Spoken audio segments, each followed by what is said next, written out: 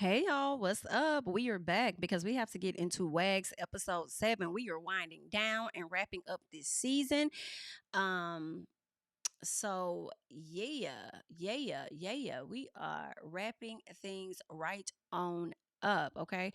I'm looking at this time trying to see if I could see the comment over here. I don't know why it's not showing up. But before we get into the episode, let me just say this. I added Jules under a post for Wags to Riches, and I think it was when she was going to go live with Sadé. And I asked her, like, yo, are you still interested in the show? Because at one point you said that you weren't. You got ahead of it. You said that you weren't interested. You weren't going to, be a part of the show or anything. Like, you didn't even want to mention the show. So now, how are you feeling? Are you now interested in being a part of the show? And oh, wow. Okay. So Melody has made a statement. Okay. We'll have to get into that at a later time. But anywho, she finally responded back to me. And what she says was, I had a terrible experience filming the show. They were always trying to insert drama into my storyline. And when the main cast members chose not to be a part of that, they paid an extra to do it. Ooh. She says, so yeah, I had my reservations, but after watching the show in full, I'm not mad at it. She says, I wish it was more dynamic and showed more of our real lives, both professionally and personally. But I guess that's what the next season would be for.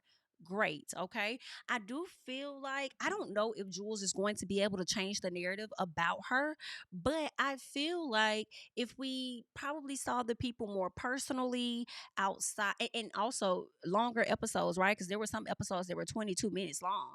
Okay, and shooting the stuff in continuity the proper way. I feel like if we got a little bit more personality, okay, of the ladies beyond them being in this group, maybe when we wouldn't feel so bad about some of them, right? Like we kept calling Sharelle a mean girl, not that she isn't, and I don't know if she could have changed that for us, but it would not have hurt to see her in a different element, and maybe it could help Jules possibly or whatever. They just got to figure out a way to better work this show, okay? And the first thing we're about to get into with this episode 7, it's the very thing I had been complaining about. So Alexis goes over to see Stony at her boutique. And when she goes to see Stony, I said, wait a minute. Why is Stony still wearing the same outfit that she had in episode 1? I feel like she about had the same damn outfit on when she met with Jules to tell Jules all about Sharelle and what her and Ocho Cinco got going on and all of that stuff. So I'm just like, huh? What's going huh? What? It's like y'all gotta do better, okay? Like all them clothes in there, she couldn't put on some different clothes just to film that portion. Anywho, I don't like how things are being shot out of continuity. I want us to be able to progress forward. Now, here's the thing, okay? Keep in mind, they do this all the time in reality TV. One, and it's not too different than movies, right? Y'all may film a scene when it comes to a movie. The scene may not show up to the middle of the movie, but it was one of the first things that you guys ever filmed, and you have to be all touchy and feely and act like you really like each other type thing. Like, so I get it. That's how they shoot. But when it comes to editing too, like, and it's not even so much as how they shoot, it's more so the editing when they're trying to tell a storyline, and they need to get that together, okay? Y'all filmed her with different people. I feel like you probably should have had different clothes on. Like, I don't know. I just didn't like it. That was a problem for me. So, anywho, we learned that Stony did start this company from the money that she got from 50 Cent. Okay. She says that she's always wanted to be in fashion. She named her boutique Instatique. If that's not one of the most terrible names in my personal, and I don't even want to say it's terrible because it's not terrible. Because if somebody else would have did it, we would have been all over it. So I take that back, Stony. Instatique is not a bad name, but the reasoning behind it does not give longevity to me. Not as much. She said she wanted to cater to Instagram influencers. Wait. Stony don't know what she doing, y'all. She just don't know. She really does need help, but she got to be quiet enough to receive the help. Okay. You want to cater to Instagram influencers, but the gag is a lot of those influencers ain't influencing a whole lot of people. High key. Okay. Anywho, she says that she purchased about $80 to $100,000 worth of merchandise, y'all, for this boutique. And you can look at the boutique and see, look at the displays and just tell that the boutique is, it's just not giving. And I bet you she's paying for a high end location, and that's probably eating up a lot of her expenses. And that just don't, girl, that's not it, love. you might have to shut your store down and just do online and then open the store up again later. I don't know. I feel like you're keeping it open to not be a laughing stock, but honestly, if it's not bringing you no money, it's not making much sense in my personal. And you're only keeping it open to save face when in actuality, girl, you need to save your pockets. Okay, so good luck. All right, now she played herself in my opinion because I feel like a lot of the clothing that she bought was things that she likes and not so much as what her customers like but what she likes. And I was so glad when it was revealed later on in the episode by Alexis, and I was like, yes girl, we see each other, we are on the same page here, we get it, okay? Terrible because I don't really like her fashions like that. Now, she said that she ordered from vendors all over the world, this place, that place. And I'm like, girl, and they were all cheap vendors. It was all giving low budget. That's why you were able to get so many and so much product for 80 to $100,000. I can imagine just how filled up your garage and your living room is with product. Cheap, thin product. Girl, you might as well sell that to a flea market. Like, she's not business savvy. She doesn't know what she's doing. And I would have got them clothes up off me so quick. I would have just had to go set up at one of these little little pop-up type festival things and just start getting rid of clothes. Like, okay, everything $5. Everything's $5. What you want? Because honestly, let's be honest, she didn't pay that much for it. If you bought it in wholesale, it was very low. It was very cheap. So, girl, I would sell everything $5. A $5 booth, $5 boutique is what you need to call that, or $10 boutique or something. Get as much of your money back and then figure out what to do next. Okay. So Alexis inquires about how she's marketing her business, and she says that she does have an online business, but then also she does Instagram. When I heard that, it's giving you're not marketing much. You're not doing much marketing. You're not. You're trying to figure out the easy way to get customers in here because you don't ain't got no money no more. All right. Anywho, she talks about MJ being an influencer. First, she said she sends things to influencers and they don't post. And I said they probably don't post because you also don't pay. You just send them clothes. And they probably don't even like the stuff that you send them. But aside from that, MJ is supposed to be a brand ambassador, and she says she gets MJ is just really busy. I think MJ makes time for the things that she wants. And she made time to sit down with Alexis. She made time to sit down with Sharelle, go to the park. She's made time to go to the studio. She's made time to go out to eat with Sharelle and some billionaires or whatever the case is. So, ma'am, she can make time. I just don't think she's into the fashions like that. But that's just my personal. Let's keep going. So she's been questioning whether she should close her shop down and just do online. And I don't think that's a bad idea. Okay. I don't think that's a bad idea. But I will say this also. When it comes to Alexis though, girl, did you buy anything?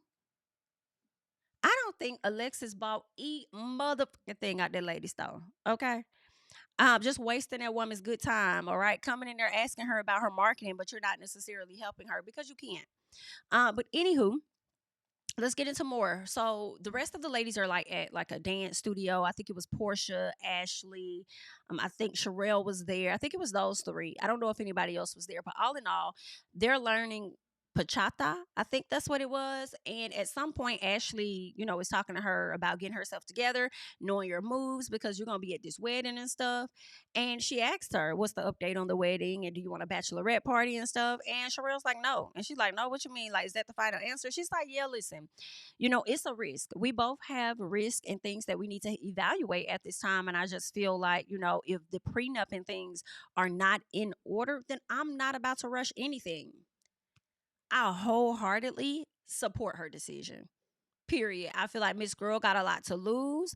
And it seems like Chad do too. So I wholeheartedly support the decision of just wanting to take more time to really think everything through and just make it make sense, okay?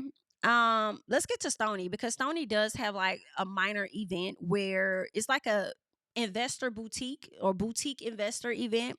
Her dad is there, and as I'm seeing the clothes on that small rack, and that's all you chose to bring, which is crazy considering the fact that you say that you got so many clothes, wholesale, all of this stuff. I got all of these things, and those were the items that you brought, and then you brought them on just that. Like, it was giving tacky, it was giving not cute. I could see it from here and I'm not even interested in looking at it. All right. And so Sharelle does arrive with her good friend Fancy. She went to Fancy's boutique to look for, something to wear. And Sharelle says that she made a promise to Stony to help her with her boutique. And I'm like, can we see that? Can we see that? I don't know if the producers that you guys got for this show are like new, up and coming. They were cheaper to go with. I am not sure, but y'all might have to do some investing come season 2 if you get one. You guys are going to have to do a better job than what you are doing, because I would have liked to see the sit downs. When did you guys have this conversation that you promised her you were going to help her or whatever? We didn't even get a piece of a flashback. But anywho, so I thought that was interesting for Sharelle. It seems like Sharelle is trying to redeem herself in this moment, though, after dragging Stony in so many words. But now that Sharelle has apologized and she's okay with Stony, I feel a way about Stony sitting over here dragging her to Jules. But here's the thing. I feel like when Stony was saying the things that she said about Sharelle, it was shot out of order. And they placed it over here, and it's just not looking right. But anywho, that's what's going on. So Fancy's looking at the clothes. As soon as Fancy got there, I said, "Oh, Fancy finna cut up," because I just know this is not his stilo. I know he's not feeling that.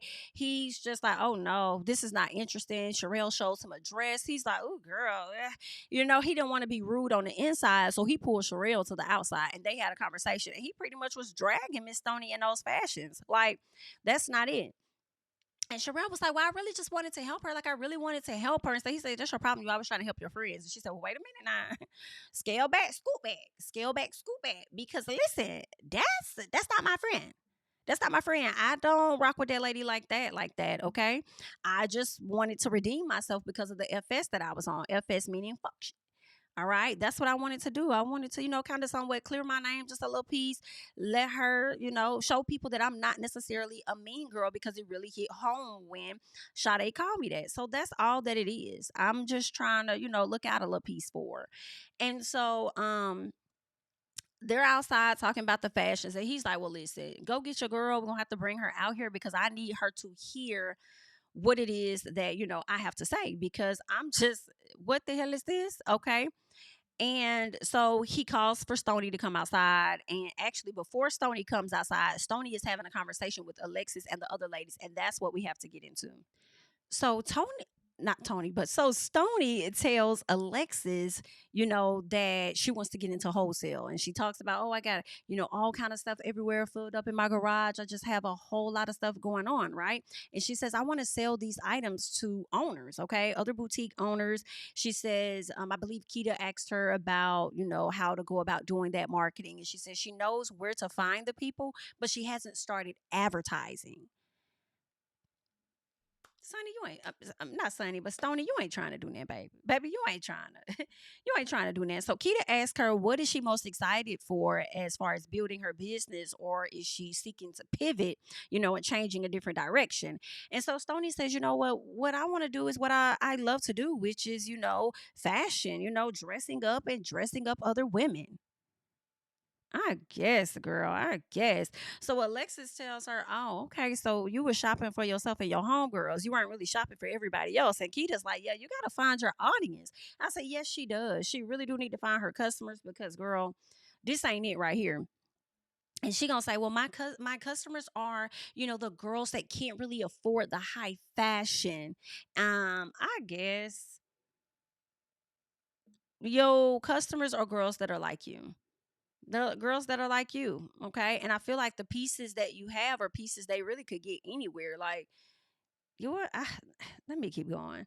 So Keita says that she was in clothing at one point and talks about how she had a swimwear line or something, and then she got to a place where she realized she had to pivot, and she decided to make a pivot over into tech, because she felt like it was either tech or IT, all the same, pretty much. She says that she knows that's going to be around, so that made more sense for her to pivot over there. The shout out to her for that. Like, although her husband at this time is rich and stuff like that, she's still out here trying to get it for herself, okay? And I'm here for that. Go ahead, Miss Keita girl. Don't heavily depend on that man. Period. Okay. Fancy. Fancy pulled Stony to give her some advice, and I was glad that when in the midst of talking, he was trying to give her some advice, and then Sharelle ended up talking and interrupting him and stuff like that. And I'm glad he was like, "Chill, we could do all of that later." I said, "Yes." Be quiet. We could talk all about all of that later because I'm trying to hear what advice is he about to give this lady. So he told her that her rack was all over the place. He said it was not presentable. Okay, I agree with everything he said. He asked her, what's your goal?" So she's trying to express her goal, and then Sharelle kept interrupting. And I'm like, "Girl, can you be quiet?" And then when Sharelle was trying to talk to Stony about, I guess, things she needs to change and how he's going to help her, Stony's like, "Well, he's high fashion and I'm not that, and this or that." And it was like Stony also, as much as Sharelle talked, Stony also was not open and really interested in hearing what the man had to say. Okay, I don't know, I guess because after getting grilled by the other ladies, maybe she felt sensitive about it or something, but she really didn't want to hear what he had to say for real. And then she just decided to say, "Well, I've decided to pivot. I'm going to pivot. I'm going to pivot. I'm going to go into wholesaling. That's what I'm going to do. I'm going to go into wholesaling." I said, "Stony, you don't know what the fuck you're doing. And you are lost. You don't know what direction to go in. And I see why it may be difficult for people to help you because you're so focused on your own mindset instead of really like letting this man take you under his wing and showing you something different. Watch we come back next season and Stony's still on the same SHI when it comes to that boutique because she has not moved the needle at all." But okay, girl. Good luck. Let's get to Jules and Sadé as we wrap up this review.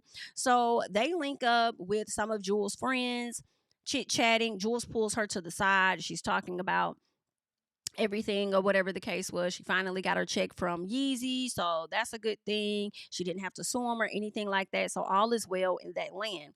Sadé decides to invite her to a volleyball game that is being thrown by Keita and Tyreek. Okay, now Jules says that she'll come. She ain't stunned none of them hoes. Okay, I think she called Sharelle the gremlin or whatever. She's really pressed by Sharelle.